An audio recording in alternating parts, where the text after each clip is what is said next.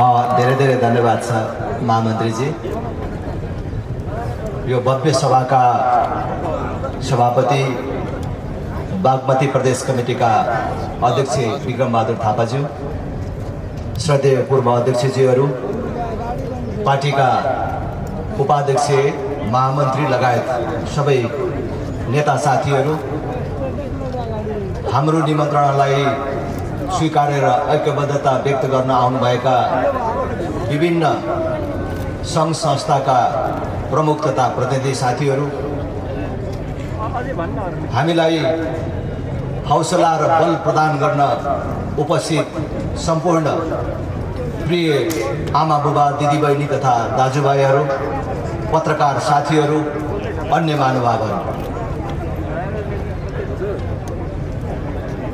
आज धेरै कुराहरू जो हामीले राख्नुपर्ने थियो पूर्ववक्ता साथीहरूले पनि राख्नु भएको छ।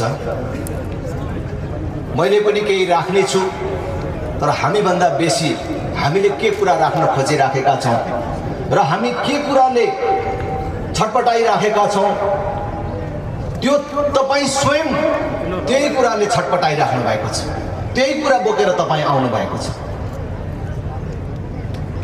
अहिले हामीले देशभर यस प्रकारका 6वटा सभा सम्पन्न गरेर यो 7औं सभा गरिराखेका छौँ। हामीले देश अब यही अवस्थाबाट अगाडि जान सक्दैन। देश पछाडि फर्कने कुरा पनि होइन र देशलाई पछाडि फर्काउने कुरा पनि होइन, तर अब देश यही रहन सक्दैन। देशलाई अगाडि जानै छ, तर यही बाटोबाट देश अगाडि जान सक्दैन। त्यसकारण देशलाई एउटा नयाँ समझदारीको आवश्यकता छ र त्यसको लागि शान्तिपूर्ण ढङ्गले सबै राजनीतिक शक्तिहरू अटाउने गरी सबै राजनीतिक शक्तिहरूको सहमतिमा एउटा नयाँ समझदारी गरौँ। हिजोका पनि राम्रा कुराहरू समेटेर जाउँ र अहिलेका पनि केही राम्रा कुराहरू छन्, तिनलाई पनि लिएर नयाँ एउटा समझदारी र नेपालको मौलिक व्यवस्था निर्माण गरौँ, जहाँ राजादेखि अहिलेका गणतन्त्रवादीहरूसम्म अटाउने छन् र त्यस्तो व्यवस्था निर्माण हुनेछ जहाँ जनता सार्वभौम सत्ताका मालिक हुनेछन्, राजा अभिभावकीय संस्थाको रूपमा अथवा देशको अभिभावकको रूपमा रहनेछन्। जनताले प्रत्यक्ष निर्वाचित गर्ने कार्यकारी प्रधानमन्त्री, सनातन हिन्दू राष्ट्र, प्रदेश नरहेको केन्द्र र बलियो स्थानीय तह, भ्रष्टाचार जसले गरेको भए पनि जहिले गरेको भए पनि दण्डित हुने व्यवस्था र देशभित्रै रोजगारीको सिर्जना, शिक्षा, स्वास्थ्य जस्ता विषय पूर्ण रूपमा निशुल्क गरेर देशलाई एउटा नयाँ बाटोमा लगाउनेछ र हामीले 5-10 वर्षभित्रमै देश बनेको आफ्नो आँखाले देख्न पाउनेछौँ। त्यस्तो सम्झौता गरौँ, त्यस्तो विधि बनाऊ जहाँ कसैले कसैलाई निषेधित गर्ने, जहाँ कसैले कसैलाई अपमानित गरेको र अपमानित भएको महसुस नगर्ने परिस्थिति निर्माण होस् भनेर हामीले एउटा अहिलेको राज्य सत्तामा भएका आफूलाई प्रमुख भन्ने दलहरूलाई दबाब दिन र आम जनतामा समेत जागरण गराउन, जनतामा समेत हामीले के गर्न खोजिराखेको छ भन्ने कुरा बुझाउन जुन कार्यक्रमहरू गरिराखेका थियौँ र त्यही सन्दर्भमा आज हामी यहाँ भेला भएका छौँ। तर यो सन्दर्भमा, यो बागमती प्रदेशको यो भेलामा, यो सभामा जम्मा हुने बेलासम्म आइपुग्दाखेरि देशको राजनीति परिस्थितिमा, घटनाक्रमहरूमा केही परिवर्तनहरू आएका छन् र खास गरी चैत 15 गते जुन किसिमको राज्य आतंक सिर्जना गरियो र जुन किसिमको राज्यको तर्फबाट हिंसा भड्काइयो, त्यसले अहिले नेपाली राजनीतिमा नयाँ परिस्थिति उत्पन्न भएको छ। म सबभन्दा पहिले फेरि पनि आश्वस्त बनाउन चाहन्छु, राष्ट्रिय प्रजातन्त्र पार्टी कुनै पनि प्रकारको हिंसामा विश्वास गर्दैन र जसले जेका लागि भए पनि गर्ने हिंसाको विरुद्धमा छ र जो चैत 15 गते जुन हिंसात्मक क्रियाकलाप राज्यको तर्फबाट भयो त्यसका प्रति हामी खेद प्रकट गर्दछौँ, त्यसको निन्दा गर्न चाहन्छौँ। र म अहिले पनि फेरि तोकेर भन्छु, त्यो हिंसा राज्यको तर्फबाट भड्काइएको थियो, त्यो राज्यको तर्फबाट गरिएको हिंसा थियो, त्यो भन्नमा कुनै आपत्ति छैन। हामी कुनै पनि अराजकतामा आफ्नो भविष्य देख्दैनौँ। हामी शान्तिपूर्ण प्रदर्शन र दबावबाटै हाम्रो मान्यताहरू स्थापित गर्न सक्छौँ भन्ने कुरामा हामी विश्वस्त छौँ। तर त्यो दिन जुन ढङ्गले सुनियोजित तरिकाबाट राज्यले हिंसा भड्कायो मात्र होइन, 2 दर्जनभन्दा बेसी मानिसहरूलाई गोली लाग्यो, 2 जनाको ज्यान गयो, कैयौँ अरू घाइते भए, त्यसको कुनै हिसाब किताब छैन। कति भौतिक क्षति भयो त्यसको कुनै हिसाब छैन। तर त्यसको मूलमा अहिलेको राज्य सत्ता, अहिलेको प्रधानमन्त्री, अहिलेको गृहमन्त्री र अहिलेको प्रहरीको नाइके प्रहरी प्रमुख जिम्मेवार छ। अहिले गृहमन्त्रीले आदेश दिए होलान्, प्रहरी चले होलान् भनेको त अहिलेको प्रहरी प्रमुख त अहिलेको एमालेको युवा सङ्घको सहाध्यक्ष पो रहेछ त। ल हेर्नुहोस् त,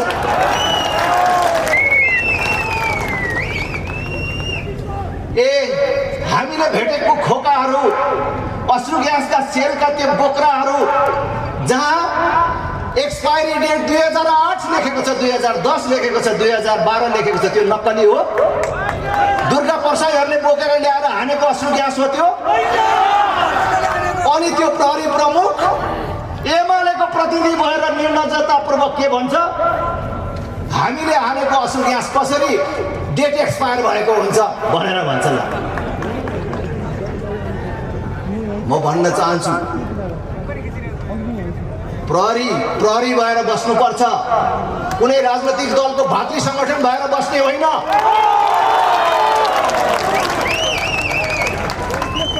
तपाईलाई त्यो फुली लगाइदिने दलका नाइकेहरू र सिफारिस गर्नेहरू सधैँ सत्तामा हुँदैनन् र तिनीहरूको सधैँ हालिमुहाली चल्दैन, यो कुरा याद राख्नु। प्रहरी भएर बसोस्। फेरि पनि भन्छु, हिंसात्मक राजावादीको हिंसात्मक प्रदर्शन भनेर लेख्ने पत्रकार, प्रसारण गर्ने पत्रकारहरूलाई म आलोचना त गर्दैन, म तुलनात्मक रूपमा अरूको आलोचना नगर्ने र रुखो नबोल्ने मान्छेमै पर्छु।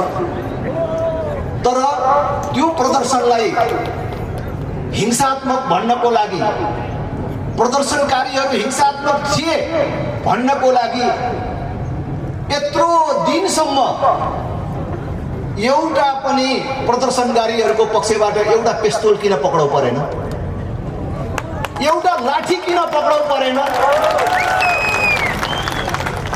कुनै प्रदर्शनकारीसँग एउटा लाठी भएको कुनै भिडियो क्लिप छ? कुनै प्रदर्शनकारीले लाठी लिएर आएको थियो त्यहाँ? तपाईले यहाँ अश्रु ग्यास हान्नुभयो भने यहाँ बसेको मान्छेले कुर्सीले भेटे कुर्सीले हान्छ, ढुङ्गाले भेटे ढुङ्गाले हान्छ। अनि यो अहिले बसेका मान्छेलाई तपाईले हिंसात्मक भए भनेर भन्न मिल्छ? अनि ती प्रदर्शनकारीहरू हिंसात्मक हुन्? सबभन्दा पहिले अश्रु ग्यास कसले हान्यो? सबभन्दा पहिले गोली कसले चलायो? मानवाधिकारवादी संस्थाहरू कहाँ छन्? मानवाधिकारको ठुल्ठुला कुरा गर्ने बुद्धिजीवीहरू कहाँ हुनुहुन्छ? 15 गतेको प्रदर्शनलाई हिंसात्मक भन्नेहरू, फेरि पनि भन्छु, त्यो प्रदर्शनकारीसँग एउटा लाठी किन देखाउन सक्नुहुन्न आजसम्म तपाईहरु? त्यसकारण म सञ्चारकर्मी साथीहरूलाई, खास गरी यो देशका ठुला सञ्चारगृहहरूलाई विनम्रतापूर्वक आग्रह गर्न चाहन्छु, अब समय बदलिएको छ। अब 2-4टा सञ्चार गृहको हातमा मात्रै यहाँको सूचना अब नियन्त्रणमा राख्ने दिन गयो। अहिले व्यक्ति सम्पादक भइसक्यो। त्यसकारण देश हाम्रो पनि हो, त्यो प्रदर्शनमा आउनेहरूको पनि हो। तपाईँ सञ्चार गृहहरूलाई गणतन्त्रै मनपर्छ होला, राज संस्था मन पर्दैन होला, तर यो देश राज संस्था हुनुपर्छ, राजा हुनुपर्छ भन्नेहरूको पनि हो। त्यसकारण तपाईँ जबसम्म सञ्चार कर्ममा रहनुहुन्छ, जबसम्म त्यो व्यवसाय चलाउनुहुन्छ, तपाईँले कमसेकम त्यो समाचार नछोड्नुहोस्। तपाईँहरूले देख्नु भएन राज्य आतङ्क? त्यो समाजवादी पार्टीको अफिसमा ढुङ्गा हान्नेहरू त्यो प्रदर्शन पक्षधरहरू हुन्, राजा ल्याउँ भन्ने पक्षधरहरू हुन्। माओवादीको अफिसतिर ढुङ्गा हान्न जानेहरू राजा ल्याउँ भन्ने मान्छेहरू हुन्। तपाईहरूले के गर्नु भएको छ, कहाँ योजना बनाउनु भएको छ? अघिल्लो दिन प्रधानमन्त्रीले आफ्नो युवाहरूलाई भेला पारेर के निर्देशन गर्नु भएको छ हामी सबैले सुनेका छैनौँ, दुनियाँले देखेको छैन। अनि एमालेको अफिसमा चाहिँ बिहानै सेना समेतको सुरक्षाको व्यवस्था किन गरियो र त्यो समाजवादी पार्टीको अफिसमा चाहिँ सुरक्षाको व्यवस्था किन गरिएन? यसकारण हामीले राज्यको तर्फबाट कुन प्रकारको आतंक सिर्जना गरिएको छ राम्रोसँगले हामीले हेरेका छौँ र सिङ्गो देशले हेरेको छ। आज फुटेजहरू आइरहेका छन्। सबिन महर्जन, सुरेश रजक प्रति म श्रद्धाञ्जली व्यक्त गर्न चाहन्छु। ल भन्नुहोस् त, आज भिडियो फुटेज सार्वजनिक भएको छ। सबिन महर्जनले के गल्ती गरेको कारण छातीमा गोली खान्नु पर्यो? ल भन्नुहोस् त, कोखामै ताकेर हान्नु पर्ने के कारण छ? ल भन्नुहोस् त, त्यहाँ ढुङ्गा हान्दै थियो सबिन महर्जनले। त्यत्रो बेर घर आग लागि हुँदा सुरेश रजकको उद्धार नगरिनु पर्ने के कुरा छ? के कारण छ? त्यसकारण म तपाईलाई भन्छु, तपाईले दुर्गा प्रसाईलाई पक्राउन सक्नुहुन्थ्यो। म दुर्गा प्रसाईलाई पक्रिनु पर्दैन थियो भनेर उनको विपरीत कुरा गर्न खोजेको होइन, तर तपाईलाई किचौला जस्तो गरेर आएको दुर्गा प्रसाईलाई तपाईले पक्रिन सक्नुहुन्थ्यो। तर तपाईको भित्र पुलिसको फन्दा भित्र परेको दुर्गा प्रसाईलाई चाहिँ नि ढुक्कले निकालेर पठाउनु भयो। तर मञ्चमा भाषण गरिराखेका नेताहरूलाई चाहिँ तपाईले अश्रु ग्यास गर्नु। तपाईँ के चाहनुहुन्छ, राज्य के चाहन्छ भन्ने कुरा यही देखिन्छ। त्यसकारण अब हिजोको समय छैन, सूचना लुकाएर लुक्दैन अब, र अब जनता मूर्ख भएर बसिराख्दैन। सूचना प्रविधिको यति विकास भएको छ, अब सूचनालाई कसैले आफ्नो मुठीमा राख्नु सक्दैन। अरे राप्रपा आज बल्खु जाऊ भन्यो, बल्खुमै आयो, कमजोर नठान्नु। राप्रपालाई अर्कोचोटि सिफल जाऊ भनौँला, अर्कोचोटि कलङ्की जाऊ भनौँला, यो नठान्नु। राप्रपा भाग्यो पछि हट्यो नठान्नु। शान्ति अहिंसा प्रतिको हाम्रो विश्वासलाई कमजोरी नठान्नु। केपी ओली, रमेश लेखक, हामी पछि हटेको होइन, याद गर्नु। आज देश दुनियाँले तपाईको गणतन्त्र कति लुरे रहेछ, कति कमजोर रहेछ देख्न पाएर त्यही देखाउनको लागि हामी आएका। राप्रपा जो राजनैतिक पार्टी हो जसले मौका पर्यो भने राजा ल्याउँछु, हिन्दू राष्ट्र ल्याउँछु, संघीयता खारेज गर्छु, देशमा तिमी जस्तो भ्रष्टहरूलाई मौका पर्यो भने जेल हाल्छु भनेर संकल्प गरेर घोषणा पत्रमा आफ्नो कुरा उल्लेख गरेर भोट मागेर देशको 5औं पार्टी भएको पार्टी उसलाई भिरकुटी मण्डपमा आमसभा गर्न दिँदाखेरि ढल्ने तिम्रो गणतन्त्र कस्तो गणतन्त्र र कति कमजोर गणतन्त्र हो त्यो संसारले देखोस् भनेर हामीले त्यहाँ कुनै लफडा नगरेको हो। आज हामीले आह्वान गरेर चारतिरबाट यस्तो जुलुस चारतिरबाट हुन्दियो भने कसलाई छेक्छौँ, कसलाई गोली हाल्छौँ? मैले फेरि पनि भन्छु, नसुध्रिने हो भने हामी विद्रोहमा जान्छौँ, गोली हान्छौँ, हामी पनि गोली चलाउँछौँ त भन्दैन, तर बालुवाटारलाई घेरेर भात पानी बन्द गरिदिन सक्छौँ। फेरि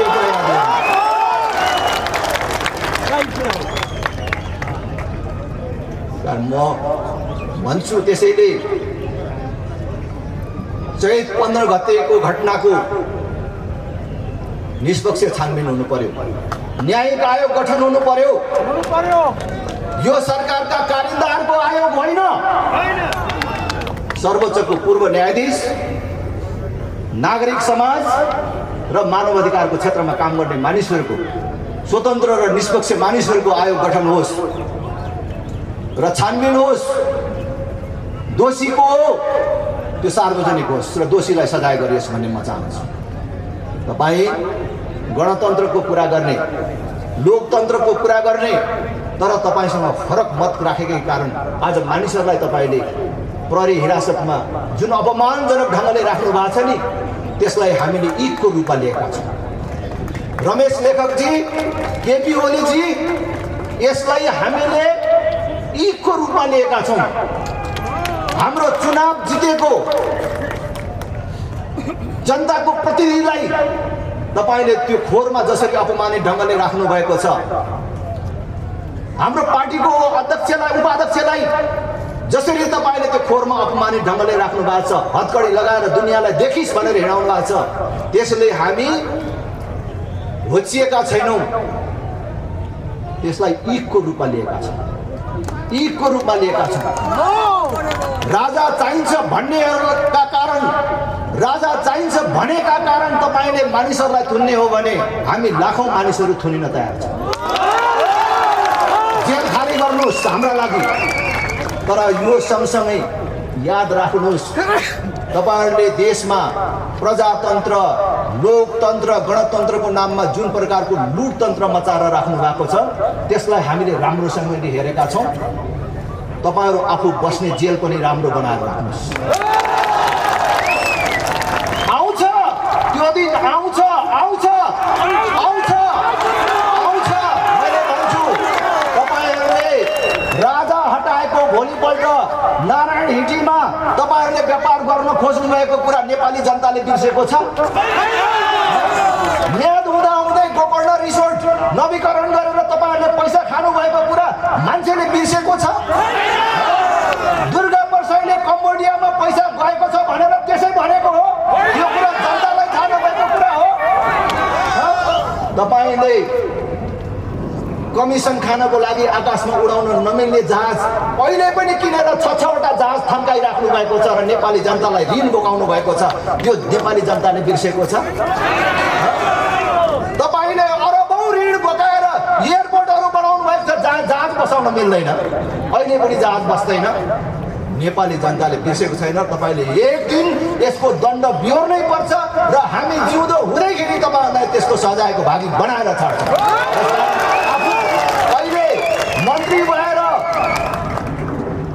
प्रधानमन्त्री भएर बस्ने सुविधा सम्पन्न क्वार्टर मात्र होइन, भोलि पर्सि जीवनको उत्तरार्धमा बस्ने जेल पनि सुविधाजनक बनाएर राख्नुहोस्। अहिले यो राज्य आतङ्क सधैँ चल्दैन। हामीलाई शान्तिको कुरा गर्दाखेरि तपाईले हेप्नुहुन्छ र त्यसलाई हाम्रो कमजोरी ठान्नुहुन्छ भने हामी सल्लाह गर्छौँ। तपाईहरूसँगै सल्लाह गरौँला, देशवासीसँग सल्लाह गरौँला। राप्रपा विद्रोहमा जाओस् भन्ने चाहनुहुन्छ भने सल्लाह गरेरै जान्छौँ, हामी झुक्याएर जाँदैनौँ।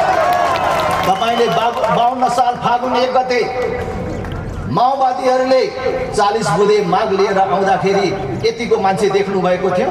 देशभरि माओवादीको पक्षमा अहिले राप्रपासँग भएको जनमत देख्नु भएको थियो। एउटा भरुवा बन्दुक, एउटा राइफल बोकेर केही घरेलु हतियार बोकेर सुरु गरेको माओवादीको विद्रोहले तपाईँ काङ्ग्रेस एमाले भन्नेलाई कुन तहमा पुर्यायो र देश अहिले कुन तहमा पुग्यो देख्नु भएको छ। हामी त देशले थप द्वन्द्व बिहोर्न सक्दैन, देशलाई थप द्वन्द्वमा लैजानु हुँदैन भनेर हामीले शान्तिपूर्ण बाटो अप्नाएको हो। के अहिले पनि राजा चाहिन्छ भनेर बन्दुक बोकेर जङ्गल पस्न 2-4 हजार मान्छे छैनन् होला त? 2-4 हजार युवाहरू हतियार बोकेर जङ्गल पस्न नसक्ने अवस्था हो र? हामीले डराएर होइन, यो राम्रो बाटो होइन, यसले कसैलाई पनि फाइदा गर्दैन भनेर हामीले शान्तिपूर्ण बाटोमा हिँड्न खोजेका हौँ। त्यसकारण म केपी ओली र गृहमन्त्री रमेश लेखकलाई भन्न चाहन्छु, सत्ता सधैँभरि तपाईँहरूको हातमा हुँदैन। जनता तपाईँको गोठको गाईबस्तु होइन। राप्रपालाई कमजोर नठान्न म फेरि पनि भन्न चाहन्छु। तपाईँहरू सोच्नुहोस्, हाम्रा थुनामा रहेका नेताहरूलाई निशर्त छोड्नुहोस्। तपाईँहरूले जति दिन थुन्नुहुन्छ, तपाईँहरूले जिते, दुःख दिए, चाखिस भनेर भन्ने ठान्नु होला। तर जति दिन तपाईँहरूले हाम्रो नेताहरूलाई थुन्नुहुन्छ, हाम्रो साथीहरूलाई थुन्नुहुन्छ, यो जनमत दिन दुगुना रात चौगुना बढेर जान्छ। यो देशमा राजा चाहिन्छ भन्नु, हिन्दू राष्ट्र चाहिन्छ भन्नु, संघीयता चाहिँदैन भन्नु सङ्गठित अपराध हो? यो देशमा राजा चाहिन्छ भन्नु राज्य विरुद्धको अपराध हो? यो राप्रपाको कार्यकर्ताले मात्र होइन, तपाईँको काङ्ग्रेस एमाले माओवादीको कार्यकर्ताले पनि, जसको अलिकति स्वाभिमान छ, जो इमान्दार छ, उसले पनि सोचिराखेको छ यो त गल्ती हो, अति हो भन्ने कुरा ठानिराखेको छ। तपाईँले जुन अति गरिराख्नु भएको छ, यो अतिलाई देशले हेरेको छ, छरछिमेकले हेर्छ र दुनियाँले हेर्छ। त्यसकारण हामी आत्तिएका छैनौँ। म फेरि पनि भन्छु, तपाईँ यदि सुरक्षित अवतरण चाहनुहुन्छ, देशमा हिंसा नभड्कोस् र देशमा थप द्वन्द्व नहोस् भन्ने चाहनुहुन्छ भने तुरुन्तै हाम्रो नेताहरू लगायत अरू सबैलाई छोड्नुहोस्, निष्पक्ष छानबिन आयोग गठन गर्नुहोस् र त्यसको रिपोर्ट अनुसार कारवाही अगाडि बढाउनुहोस्। म यही कुरा आग्रह गर्न चाहन्छु। दिदीबहिनी तथा दाजुभाइहरू, हामीले लामो समयदेखि देशमा राष्ट्र संस्था, हिन्दू राष्ट्रको पुनर्स्थापनाको कुरा, संहिताको खारेजीको कुरा जुन उठाएका छौँ, त्यो केवल हामीले यो राष्ट्र संस्थाको पुनर्स्थापना, हिन्दू राष्ट्रको पुनर्स्थापना, संहिताको खारेजीको कुरा मात्र होइन। हामीले राष्ट्र संस्था पुनर्स्थापनापछि अथवा राजा कस्तो हुने, देशको शासकीय व्यवस्था कस्तो हुने भन्ने सम्मका कुराहरू स्पष्ट रूपमा यस प्रकारका सभाहरूमा राख्दै आएका छौँ। कतिलाई भ्रम छ कि राष्ट्रिय प्रजातन्त्र पार्टीले सक्रिय राष्ट्र संस्थाको कुरा गरेकी होइन। हामीले भनेको पूर्ण संवैधानिक राष्ट्र संस्था। राजा आफै ठिक पनि गर्दैनन्, बेठिक पनि गर्दैनन्, तर बेठिक गर्न नदिने, गलत गर्न नदिने अभिभावकको रूपमा रहन्छ। त्यसकारण हामीले प्रष्टसँगले भनेका छौँ, अभिभावकीय संस्थाको रूपमा राजा, जनताबाट प्रत्यक्ष निर्वाचित कार्यकारी प्रधानमन्त्री। तपाईँहरूले आज यतिका मानिसहरू हुनुहुन्छ, तपाईँहरू कसैले अहिलेसम्म कोही मतदाताले मत दिने क्रममा आफ्नो प्रधानमन्त्रीलाई भोट दिन पाउनु भएको छ? अहिलेको प्रधानमन्त्री तपाईँहरूले भोट दिएको प्रधानमन्त्री हो? कोही एमालेकै साथीहरू पनि हुनुहुन्छ भने भन्नुहोस् त, अहिले एमालेको पार्टी अध्यक्ष यो देशको प्रधानमन्त्री हुनुहुन्छ, तर तपाईँले केपी ओलीलाई भोट दिएको हो भनेको एउटा सानो निर्वाचन क्षेत्रबाट चुनाव जितेर आउने प्रधानमन्त्री देशको प्रधानमन्त्री हुन नसक्ने रहेछ भन्ने कुरा हाम्रो अभ्यासले प्रमाणित गर्यो। म चीन जाँदाखेरि पनि देशको प्रधानमन्त्रीले के मागे? झापा क्षेत्र नम्बर 5 मा एउटा रङ्गशाला चाहियो भनेर मागे। किनभने सानो निर्वाचन क्षेत्रबाट सानो जनमतबाट जितेर आएको मान्छेले त्यसै ठाउँको लागि बेसी काम गर्नुपर्छ। त्यसकारण त्यस्तो होइन, सिङ्गो देश एउटा निर्वाचन क्षेत्र हुनु पर्यो र प्रधानमन्त्री एउटा सानो निर्वाचन क्षेत्रको लागि होइन, सिङ्गो देशको लागि उत्तरदायी हुनु पर्यो। त्यसको लागि सरकार स्थायी बनाउनको लागि समेत प्रत्यक्ष रूपमा जनताबाट निर्वाचित कार्यकारी प्रधानमन्त्री हुनु पर्यो र एउटा मान्छेले 2 कार्यकालभन्दा बेसी प्रधानमन्त्री हुन नपाउने व्यवस्था हुन्छ। एउटा मान्छेले 5 वर्षमा 10 वर्षमा गरेन भने 11 वर्षमा चाहिँ गर्छ त। त्यस कारणले अहिलेको जस्तो रालसिंगान आइन्जेल मैले फेरि अपमानजनक भनेको होइन, घाटै नपुगेसम्म प्रधानमन्त्री भइराख्ने पदमा बसिराख्ने जुन व्यवस्था छ त्यसको अन्त्य गर्नुपर्छ। त्यस कारणले एउटा व्यक्तिले 2 कार्यकालभन्दा बेसी प्रधानमन्त्री हुन नपाउने, प्रदेशको खारेजी केन्द्र र बलियो स्थानीय तह भए पुग्यो। तपाईँ अहिले हेर्नुहोस्, नेपाल जस्तो सानो देशमा 36,000 भन्दा बेसी जनप्रतिनिधिहरूको सङ्ख्या छ। वडा सदस्यदेखि राष्ट्रपति उपराष्ट्रपति मात्र होइन, पूर्वहरूलाई समेत तलब भत्ता खुवाएर अहिले देश चलाउनु परिराखेको छ। त्यो तलब भत्ता खुवाउनको लागि पनि अहिले ऋण लिनुपर्ने अवस्था छ। त्यसकारण यो जनप्रतिनिधिहरूको सङ्ख्यामा व्यापक कटौती गरेर देशको अर्थतन्त्रलाई मजबुत पार्नको लागि पनि हामीले प्रदेश तहको खारेजी गर्न जरुरी छ। त्यसकारण हामीले प्रदेशको खारेजीको मुद्दा उठाएका हौँ। हिन्दू राष्ट्र नेपालको पहिचानको रूपमा हामीले हिन्दू राष्ट्र भन्दाखेरि सर्वधर्म समभाव पूर्ण धार्मिक स्वतन्त्रता सहितको हुनुपर्छ भनेर भनेको छु। भ्रष्टाचारको विरुद्धको कुरा मैले अघि भने, हामी त भ्रष्टाचार गरेर खानु आमाको रगत खानु सरह हो भन्ने पार्टी, त्यसमाथि पनि अझ त्यो पार्टीको अध्यक्षले त मैले 1 कदम अगाडि बढेर भनेको छु कि भ्रष्टाचार गरेर खानु आमाको रगत खानु सरह हो भन्नु त सैद्धान्तिक कुरा भयो, त्यो त जसले पनि भन्न सक्छ। तर त्यो पार्टीको अध्यक्ष जसले धेरै ठुल्ठुलो जिम्मेवारीमा बस्ने मौका त प्राप्त गरेको छैन, तर एउटा वडाको अध्यक्षदेखि लिएर देशको उपप्रधानमन्त्रीसम्म हुने मौका पाए। यति लामो राजनीतिक जीवन यात्रामा 1 रुपियाँ पनि भ्रष्टाचार गरेको छैन भनेर म जुनसुकै मन्दिरमा छिर्न सक्छु र भविष्यमा पनि कुनै प्रकारको भ्रष्टाचार गर्ने छैन भनेर म जुनसुकै मन्दिरमा छिर्न सक्छु। भनेपछि भ्रष्टाचार देशको मुख्य शत्रु हो। भ्रष्टाचार जसले गरेको भए पनि, जहिले गरेको भए पनि दण्डित हुनुपर्छ। हाम्रो देशभित्रै हामीले हाम्रो बिजुलीको, हाम्रो पर्यटनको, हाम्रो कृषिको विकास गरेर अहिले पछिल्लो दिनमा विकसित भइरहेको सूचना प्रविधिको उपयोग गरेर यो देशलाई 5-10 वर्षभित्रमै सम्पूर्ण देश बनेको हामीले देख्न पाउँछौँ। संसारभर छरिएर रहेका सबै युवाहरूलाई यही देशभित्र ल्याएर रोजगारी दिन सकिन्छ भनेर त म गफ लाउँदिनँ, तर 40-50 हजार तलबका लागि हाम्रो कुनै पनि युवाले विदेश जानु नपर्ने परिस्थिति निर्माण गर्न सकिन्छ।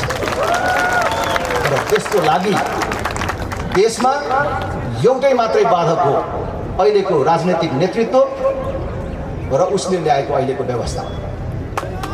कतिपयहरूलाई भ्रम छ यी नेताहरू पो फटा हुन् त, अहिलेको व्यवस्था कहाँ फटा छ त, अहिलेको व्यवस्था त ठिक छ भनेर भन्नेहरू पनि छन्। उनीहरूले पनि कान खोलेर सुन्नु। अहिले हामी सबैलाई भ्रष्टाचार समस्या लाग्छ। यही नेताहरूले गर्दा भ्रष्टाचार भएको, भ्रष्टाचारीलाई कारबाही गर्नु पर्यो, यो नेताहरूलाई फेर्नु पर्यो, ठिक भइहाल्छ नि व्यवस्था किन फेर्नु पर्यो भन्नेहरूले सुन्नु। भ्रष्टाचार कसले गर्छ? भ्रष्टाचार सर्वसाधारणले गर्छ, भ्रष्टाचार गर्ने नेताले। भ्रष्टाचार कसले गर्छ? नेताले गर्छ, नेतृत्वमा बस्नेहरूले गर्छन्। अनि भ्रष्टाचारीलाई कारबाही कसले गर्ने हो? अख्तियारले, अदालतले होइन। त्यो अख्तियार र अदालतमा को छन्? नेताले नियुक्ति गरेका मानिसहरू छन्। अनि कसरी भ्रष्टाचारीलाई कारबाही हुन्छ? अनि कसरी व्यवस्था ठिक छ त? त्यति मात्र होइन, अहिलेको नियुक्ति प्रणाली मात्र होइन, अहिलेको चुनावी प्रणाली हेर्नुहोस्। अहिलेको निर्वाचन प्रणाली हामी जस्ता मानिसहरू अपवादको रूपमा कहीँ कहीँ चुनाव जितेका छौँ, तर चुनाव कस्तो हुन्छ तपाईँहरूलाई थाहा छ। त्यसरी चुनाव जितेकाहरूले अनि मन्त्री हुनको लागि फेरि आफ्नो पार्टीलाई टक्र्याउनु पर्छ, आफ्नो नेतालाई टक्र्याउनु पर्छ। उता किनेर जितेर आएर फेरि टक्र्याएर मन्त्री भएर अर्को 5 वर्षको लागि असुल्नु पर्यो कि परेन भनेको अहिले समस्या निर्वाचन प्रणालीमा छ, नियुक्ति प्रणालीमा छ, भनेको समग्र अहिलेको व्यवस्थामै छ। त्यसकारण हामीले नेतृत्वको परिवर्तनको कुरा मात्र होइन, व्यवस्थामा पनि परिवर्तन हुनुपर्छ भनेर भनेका। त्यसकारण हामीले अहिले समग्र यो राजनीतिक प्रणालीमा परिवर्तनको विषयलाई तीव्र रूपमा उठाएका छौँ। त्यसकारण म तपाईँहरू सबैलाई भन्छु कि अहिलेको व्यवस्थामा नेतृत्व परिवर्तनले मात्रै, पहिलो कुरा त अहिलेको व्यवस्थामा नेतृत्व परिवर्तन सम्भव छैन, किनभने उनीहरूले सिन्डिकेट बनाएर बसेका छन्। 2046 सालको राजनीतिक परिवर्तनदेखि यहाँसम्म हेर्नुहोस्, प्रजातन्त्र, लोकतन्त्र, गणतन्त्र जे भने पनि को मान्छेहरू छन्, माथि गएका मान्छेहरू बाहेक त्यही शेरबहादुर देउवा, त्यही केपी ओली, त्यही प्रचण्डलाई हेर्नुहोस्। नेतृत्व कसरी परिवर्तन, अर्को चुनावपछि पनि यही मानिसहरू आउन तयार भएर बसिराखेका छन्। उनीहरू भागभण्डा नमिलेको बेला झगडा गरे जस्तो गर्छन्, भागभण्डा मिलेपछि एक ठाउँमा आउँछ। पहिले देशभर यो व्यवस्था विरुद्धको आन्दोलन बढ्दै गएपछि, जनसहभागिता बढ्दै गएपछि अब भाग जाने भयो भनेर अस्ति झगडा गर्दै गरेकोहरू टाउको जोड्न थालेका छन्। हेर्नुहोस्, त्यसकारण हामीले हाम्रो जीवनकालमा यो देश बनेको हेरेर मर्ने हो भने यो समग्र प्रणालीमै परिवर्तन गर्नुपर्छ। र यो काङ्ग्रेस, यो एमाले, यो माओवादीबाट यो परिवर्तन सम्भव छैन भन्ने कुरा बुझ्नुपर्छ। म बडो आदरपूर्वक काङ्ग्रेस, एमाले, माओवादीका साथीहरूलाई भन्न चाहन्छु र आदरपूर्वक ती 3टा नेताको पनि नाम लिन चाहन्छु। ल, कोही एमालेको साथीले भन्न सक्छ आज केपी ओली प्रधानमन्त्री हुनुहुन्छ, केपी ओलीलाई कति वर्ष प्रधानमन्त्री बनायो भने चाहिँ यो देश बन्छ होला त? ल भन्नुहोस् त। त्यसपछि शेरबहादुर देउवा भन्ने पालोको कुरा आइराखेको छ। शेरबहादुर देउवालाई म बाँचुन्जेल प्रधानमन्त्री बन्न दियो भने चाहिँ यो देश बन्छ होला त? कुनै काङ्ग्रेसले भन्न सक्छ कि प्रचण्डलाई फर्काएर ल्याएर सत्तामा राखिदियो भने चाहिँ यो देश बन्छ? काङ्ग्रेस, एमाले, माओवादी सबैलाई थाहा छ। यो राप्रपाका अहिले यहाँ चाहिँ विरोध प्रदर्शनमा आएका मान्छेलाई होइन, अरूलाई पर सुन्दै गरेका काङ्ग्रेस, एमाले, माओवादी सबलाई थाहा छ कि यो देश यी 3 मान्छेहरूलाई 5 वर्ष होइन 25 वर्ष दियो भने पनि बन्नेवाला छैन। होइन, यिनीहरूलाई जति दिन राख्यो त्यति दिन देश बर्बाद हुनेवाला छ। त्यसकारण यो अहिले राष्ट्रिय प्रजातन्त्र पार्टीले जुन अभियान र आन्दोलन उठाइराखेको छ, म भन्न चाहन्छु यो एउटा पार्टीको आन्दोलन मात्र होइन। हामीले उठाएको मुद्दा एउटा पार्टीको मात्रै मुद्दा होइन, यो देश बचाउने र बनाउने मुद्दा हो। यो मुद्दामा जोडिन म सबै देशभक्त दिदीबहिनी तथा दाजुभाइहरूलाई अपिल गर्न चाहन्छु। हामीले अब जनदबाव सिर्जना नगरिकन, यिनीहरूलाई सच्चिन बाध्य नगरिकन विश्राम लिनु हुँदैन। हामीले एक दिन पनि ढिला गर्नु भनेको थप एक दिन देश बर्बाद हुन छुट दिनु। हेर्नुहोस्, 8 वर्ष अगाडि यो देशको सार्वजनिक ऋण 6 खरबमा थियो, आज 27 खरब पुग्यो। हामीले लिएको ऋण अब विकास निर्माणमा होइन, कर्मचारीलाई तलब भत्ता खुवाउन र ऋणको ब्याज तिर्नमा खर्च भइराखेका छ। गाउँघरमा बनेका केही बाटाहरू, केही पुल पुलेसाहरू देखाएर यो 7-8 वर्षमा विकास त भएको छ नि भनेर काङ्ग्रेस, एमालेका साथीहरू गफ लाउँछन्। तर हेर्नुहोस्, मैले फेरि पनि भन्छु, उहिलेदेखि 72 सम्म देशको सार्वजनिक ऋण 6 खरब 15 अरबमा थियो। तर अहिले यो 7-8 वर्षमा 27 खरबमा पुग्यो मात्र होइन, हामीले तिर्ने कर पनि कति बढ्यो तपाईहरुलाई थाहा छ कि हामी अहिले हाम्रो जीवनको सबभन्दा महँगो कर तिरिराखेका छौँ। नेपाल सबभन्दा महँगो कर तिर्ने देशहरूमध्ये पर्छ, कर उठाउने देशहरूमध्ये पर्छ। अहिले यो 8 वर्षको ऋण र हामीले तिरेको राजस्वको हिसाब गर्ने हो भने 100 खरब पैसा खर्च भएको छ। 100 खरब पैसा खर्च हुँदाखेरि बनिने यति नै हो त, बन्नुपर्ने यति हो त।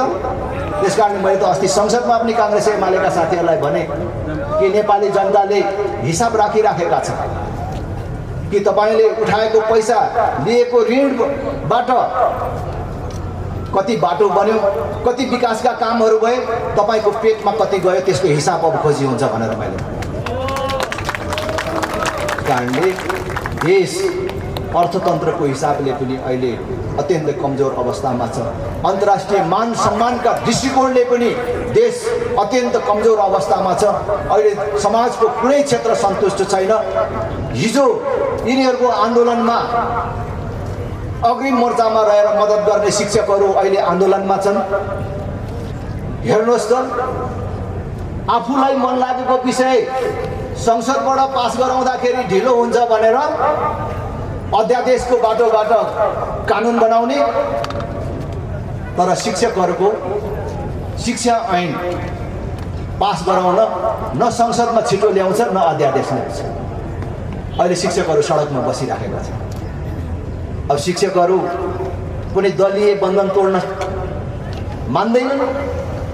त्यही कांग्रेस एमाले माओवादीलाई प्रभु भन्छन्, आफ्नो जीवनदाता मान्छन्। हामीले यति वर बसेर दया व्यक्त गर्नु बाहेक, दुःख व्यक्त गर्नु बाहेक के छ? यो अहिले शिक्षकहरूले भन्नुहुन्छ राप्रपा आओस् हाम्रो समर्थन नभने हामी अहिले गएर कुरा बनाइदिन्छौँ। यो जुलुस अहिले मिसिन्छ एकैबद्धता व्यक्त। फेरि मास्टरहरू नै भन्छन् के भन्छन्, होइन राजनीतिक रङ लगाउँछ होला, हजुरहरू नआइदिनु पर्यो भन्छन्। अब उता सरकार दलेको दलेकै छ। यदि यो सरकार शिक्षकहरूप्रति, नेपालको शिक्षा नीतिप्रति सकारात्मक थियो भने त अहिले सबै दलहरूलाई, संसदमा भएको दलहरूलाई बोलाउँथ्यो होला, छलफल गर्थ्यो होला र अध्यादेश ल्याएर शिक्षकहरूको माग पुरा गरेर भोलिपल्टै पठाउन सक्थ्यो। तर आज हेर्नुहोस् न के अवस्था छ। त्यसकारण आज देश सबै हिसाबले भद्रगोल र बर्बाद अवस्थामा छ। अब यिनीहरूबाट यो देश सच्चिने र लिकमा आउने कुनै सम्भावना छैन। त्यसैले हामीले यिनीहरूलाई लिकमा ल्याउन, देशलाई लिकमा ल्याउन र हाम्रो जीवनकालमा यो देश बनाउनको लागि देशव्यापी रूपमा व्यापक जनदबाव सिर्जना गर्नुपर्नेछ। अब हामीले यो प्रदेश स्तरीय कार्यक्रमहरू सम्पन्न गरेपछि अब काठमाडौँ केन्द्रित कार्यक्रम गर्न लागेका छौँ। केही दिनमै हामीले हाम्रो कार्यक्रमहरू सार्वजनिक गर्नेछौँ। यो अभियानमा, यो आन्दोलनमा साथ दिन सबै जनसमुदाय तयार भएर रहन म सबैलाई हार्दिक अपिल गर्न चाहन्छु र म तपाईहरू सबलाई जागेर रहन म अपिल गर्छु। तपाईहरूलाई अघि पनि हाम्रो साथीहरूले सूचनामा भन्नुभयो, अब धार्मिक क्षेत्र पनि आन्दोलनमा आइराखेको छ। 28 गते धर्मगुरुहरू स्वयं सडकमा आउँदै हुनुहुन्छ। त्यसमा पनि एकबद्धता व्यक्त गर्न तपाईहरू सबैको लागि म अपिल गर्छु। आज चैत 15 गतेको घटना, त्यसपछि संसदमा माओवादी भन्ने पार्टीले अहिलेको सत्तासँग टाउको मिलाएपछि गुलमान घिसिङको पुनर्स्थापना, पुनर्बहालीको माग पनि सेलाएर गएको छ। यसमा पनि हामी जागेर रहनुपर्नेछ। राम्रो मान्छे यिनीहरूले देख्नै नहुने भो, राम्रो मान्छे राख्नै नहुने भो। यो सबै कुराहरूमा पनि हामी जागरुक भएर बसौँ। तपाईहरू सबलाई धेरै धेरै धन्यवाद छ।